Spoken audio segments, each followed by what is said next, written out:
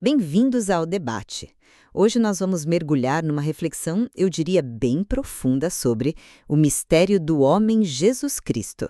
É um material que propõe a humanidade de Cristo como um espelho, né? Um espelho para a nossa própria existência. É verdade. É um texto que, assim, nos convida mesmo a contemplar como aquele que é divino, como ele abraçou integralmente a condição humana.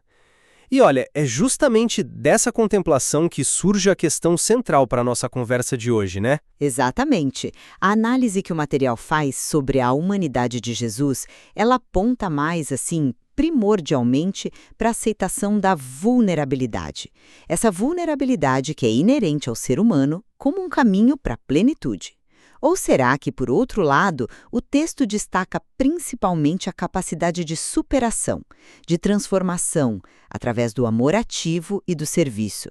Será que essa é a lição fundamental que a gente deve tirar desse modelo? Uma distinção importante, sem dúvida.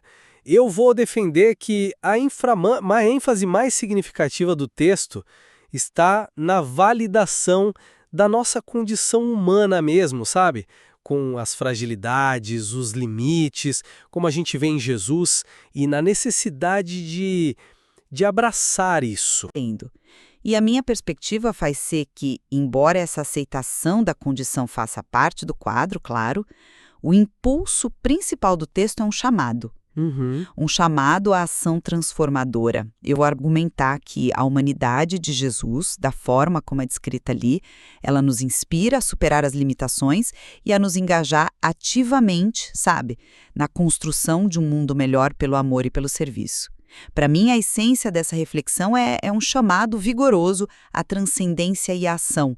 O texto, veja bem, ele não descreve só Jesus aceitando as realidades humanas. Ele mostra Jesus ativamente engajado em transformar essas realidades, apontando um caminho que vai além da mera aceitação passiva. Pense na definição de grandeza que o texto oferece, né?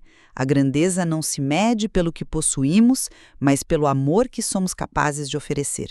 Isso, para mim, remete claramente a uma capacidade ativa, a um dinamismo de entrega. E os exemplos práticos, eles reforçam essa visão. Somos orientados a vencer o ódio com o amor, a violência com a mansidão. Isso é ação direta, certo? É uma intervenção transformadora na realidade, não conformidade. O gesto de lavar os pés, ele é interpretado como um ensinamento sobre a autoridade que reside no serviço ativo. A verdadeira autoridade está em servir. É um modelo de liderança pela ação humilde. E mesmo a imagem da cruz, que é o ápice do sofrimento, ela é apresentada com a coragem para carregar nossa própria cruz. Não como um fim em si, mas como um passo em direção à ressurreição. Ou seja, um símbolo de superação radical. A transformação, o texto nos diz, acontece através de cada gesto de bondade. Portanto, o modelo de Jesus que está retratado aqui é fundamentalmente um convite à ação que transforma, uma ação movida por amor, fé e esperança, como a via para a verdadeira plenitude. Eu entendo essa leitura focada na ação, claro, mas a minha perspectiva ela diverge um pouco. Para mim, o cerne da mensagem, aquilo que mais ressoa nessa reflexão específica, é a profunda validação da própria condição humana, em toda a sua complexidade, né? Incluindo aí as fragilidades, as emoções. O texto faz questão de iniciar ressaltando que ele veio como homem simples, pobre, vulnerável. Isso não me parece só um detalhe biográfico, sabe? Mas uma afirmação teológica central sobre a dignidade que a gente encontra justamente nessa simplicidade e vulnerabilidade. O texto diz, experimentou todas as realidades humanas, a fome, o cansaço, a amizade, a dor e até as lágrimas. O exemplo do choro por Lázaro é particularmente significativo, eu acho. O texto sublinha, chorar não é fraqueza, mas expressão de amor. Isso não sugere algo a ser meramente superado, entende? Mas sim uma dimensão da experiência humana que é intrinsecamente valiosa, um veículo do próprio amor. E a conclusão do texto parece que sela essa interpretação. Não devemos ter medo de sermos plenamente humanos, frágeis, mas abertos à graça, limitados, mas capazes de infinito quando escolhemos amar. O convite aqui é para abraçar essa condição de fragilidade e limitação, porque é justamente nessa condição que a gente encontra a abertura para a graça e para o infinito que o amor possibilita. A lição primária, então, para mim, seria essa aceitação radical da nossa humanidade integral, refletida em Jesus como solo fértil onde a graça e o amor autêntico podem florescer. Eu reconheço a importância da aceitação que você destaca, sim. Mas como a gente pode interpretar o sofrimento e a vulnerabilidade que são mencionados no texto sem perceber o forte chamado à superação que acompanha esses elementos? Sim, Jesus é apresentado como simples, pobre, vulnerável e sofreu na cruz. Contudo, esses elementos me parecem ser o cenário onde a força do amor sacrificial se manifesta de forma mais plena, mais exemplar. O sofrimento na cruz, por exemplo, ele está intrinsecamente ligado à ideia de entregar-se por amor. A vulnerabilidade não é apresentada como o estado ideal, mas como a condição que permite a demonstração máxima de um amor que transcende essa mesma vulnerabilidade. Veja bem, a coragem para carregar nossa própria cruz é explicitamente descrita como um passo em direção à ressurreição. Isso estabelece uma trajetória muito clara, do sofrimento para a superação, da morte para a vida. O texto chega a afirmar categoricamente que nenhuma dificuldade, nenhuma ferida e nenhum fracasso podem ser maiores do que a força do perdão, da fé e da esperança. Isso não posiciona claramente o amor, a fé e a esperança como forças ativas que vencem as adversidades inerentes à condição humana frágil. A ênfase parece estar na capacidade de atravessar e transformar essas experiências negativas. Sua análise da trajetória rumo à superação é válida, sem dúvida. Mas será que a gente não corre o risco de, ao focar tanto no depois, esvaziar um pouco o significado do durante? A meu ver, o texto confere um valor intrínseco à própria experiência da vulnerabilidade, ao afirmar que ele veio como homem simples, pobre, vulnerável. O texto parece que consagra essa condição, mostrando que a divindade não anula a humanidade, mas a assume plenamente. O choro por Lázaro, classificado como expressão de amor e não fraqueza, isso reforça que as emoções humanas, mesmo as dolorosas, têm valor e significado em si, não são meros degraus a serem ultrapassados, entende? E a afirmação de que Jesus, mesmo sendo Deus, não teve vergonha de ser homem, para mim isso carrega um peso teológico imenso. Implica uma validação radical de tudo o que a experiência humana comporta, incluindo a dor, o limite, a fragilidade. Não se trata apenas de superar a fragilidade, mas de reconhecer que a presença divina se manifesta dentro dessa fragilidade, não apenas apesar dela ou para além dela.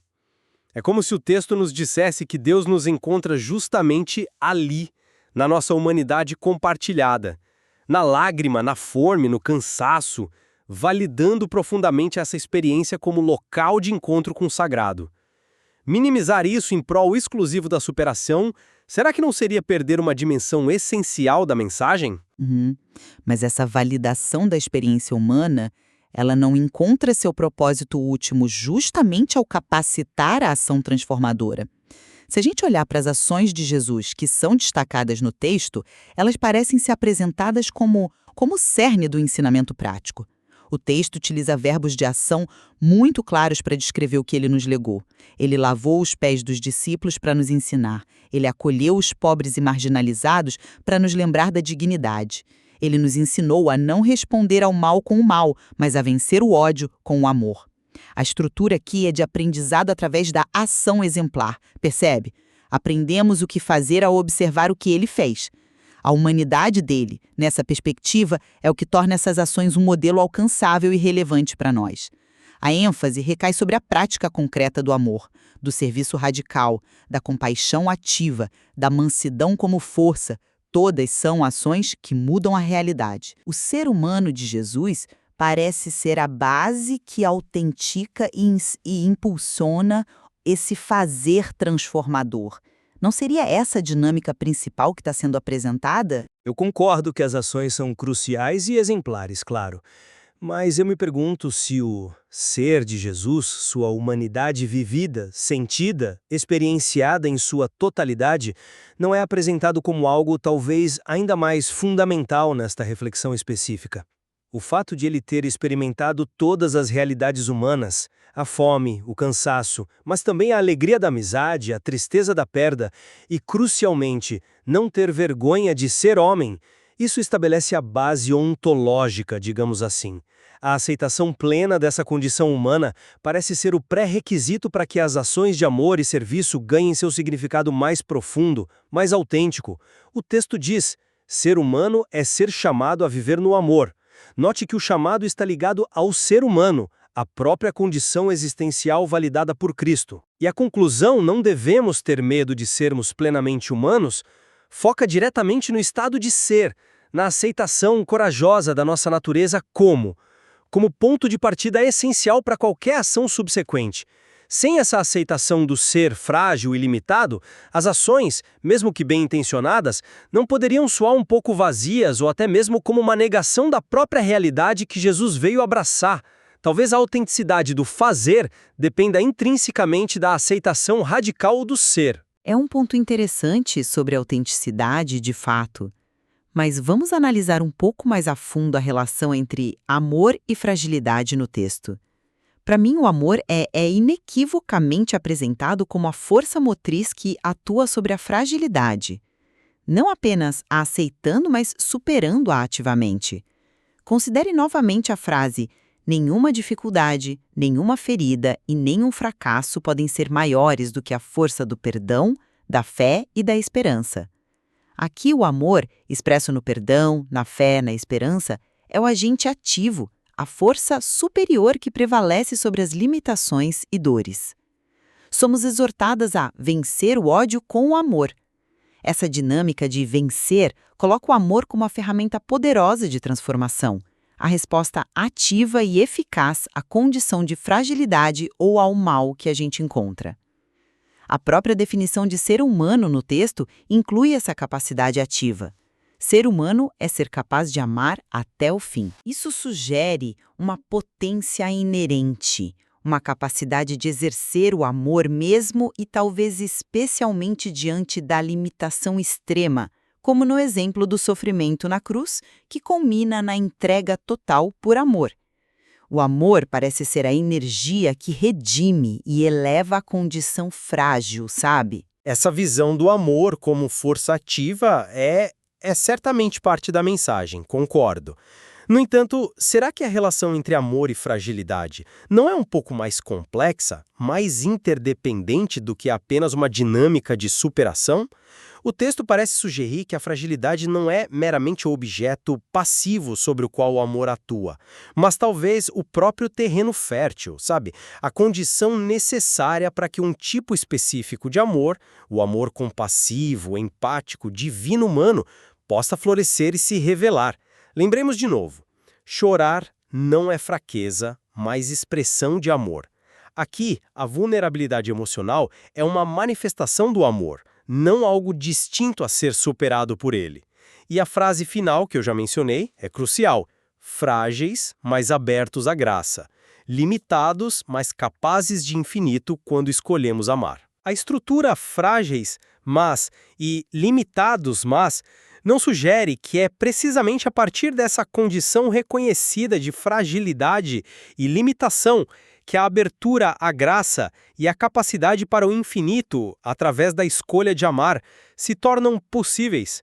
A vulnerabilidade, então, não seria um defeito a ser corrigido pelo amor, mas a condição humana fundamental que torna o amor e a necessidade vital da graça tão pungente e significativo. Amar apesar de ser limitado, amar a partir da fragilidade compartilhada. Talvez seja aí que reside a extraordinária capacidade para o infinito que o texto descreve. A fragilidade seria, assim, não o oposto do amor, mas sua parceira dialética, vamos dizer assim. Percebo como você articula essa interdependência. De fato, a fragilidade é inegavelmente o contexto onde a graça se manifesta de forma mais palpável e onde o amor demonstrado por Jesus ganha contornos tão radicais e inspiradores. E eu concordo plenamente que ambos os fios, o da aceitação profunda da condição humana e o do chamado à superação através do amor ativo, estão presentes e entrelaçados de forma complexa complexa nesta reflexão. Jesus é, sem dúvida, apresentado como um modelo humano integral. Amor, serviço, fé, sofrimento, vulnerabilidade e aceitação são todos elementos constitutivos dessa imagem poderosa. Sim, exato. A riqueza do texto reside precisamente nessa complexidade, nessa tensão produtiva entre diferentes dimensões da experiência humana à luz do divino. A nossa divergência, ao que parece, não reside em negar um ou outro aspecto, mas em identificar qual deles constitui a ênfase primária, o motor principal da mensagem transmitida pelo autor da reflexão. Seria a dinâmica propulsora da superação ativa, que nos chama a transcender limites pelo poder do amor? Ou seria a validação fundamental da nossa condição humana vulnerável, que nos ensina a encontrar Deus e a possibilidade do amor infinito, justamente na aceitação dessa condição? Em suma, eu mantenho minha leitura de que a humanidade de Jesus, tal como delineada nessa reflexão, opera fundamentalmente como um chamado dinâmico à ação. A superação das adversidades e a transformação ativa do mundo e de nós mesmos, por meio do serviço generoso e do amor sacrificial. Eu vejo Jesus como um modelo energético, que nos desafia a ir além das nossas limitações percebidas, impulsionadas pela fé, pela esperança e, acima de tudo, pela força transformadora do amor que se doa sem reservas, seguindo o exemplo dele para alcançar a plenitude. E eu reafirmo uma compreensão de que a lição mais profunda e libertadora oferecida pelo texto é a da aceitação radical da condição humana em sua totalidade, com suas luzes e sombras, forças e fragilidades, limites e potencialidades.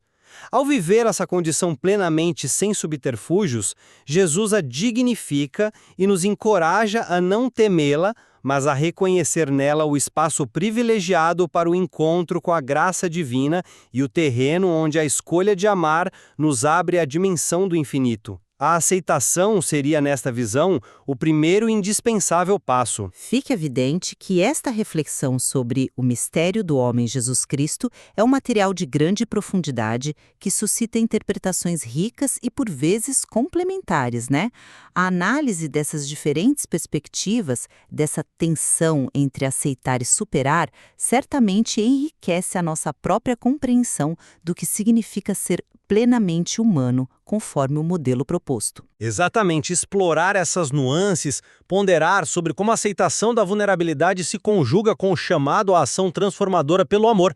É um exercício valioso que o próprio material nos convida a realizar. A reflexão, claro, não se esgota aqui, mas continua ressoando em cada um de nós, convidando-nos a aprofundar o que significa viver nossa humanidade à luz desse exemplo tão complexo e tão inspirador.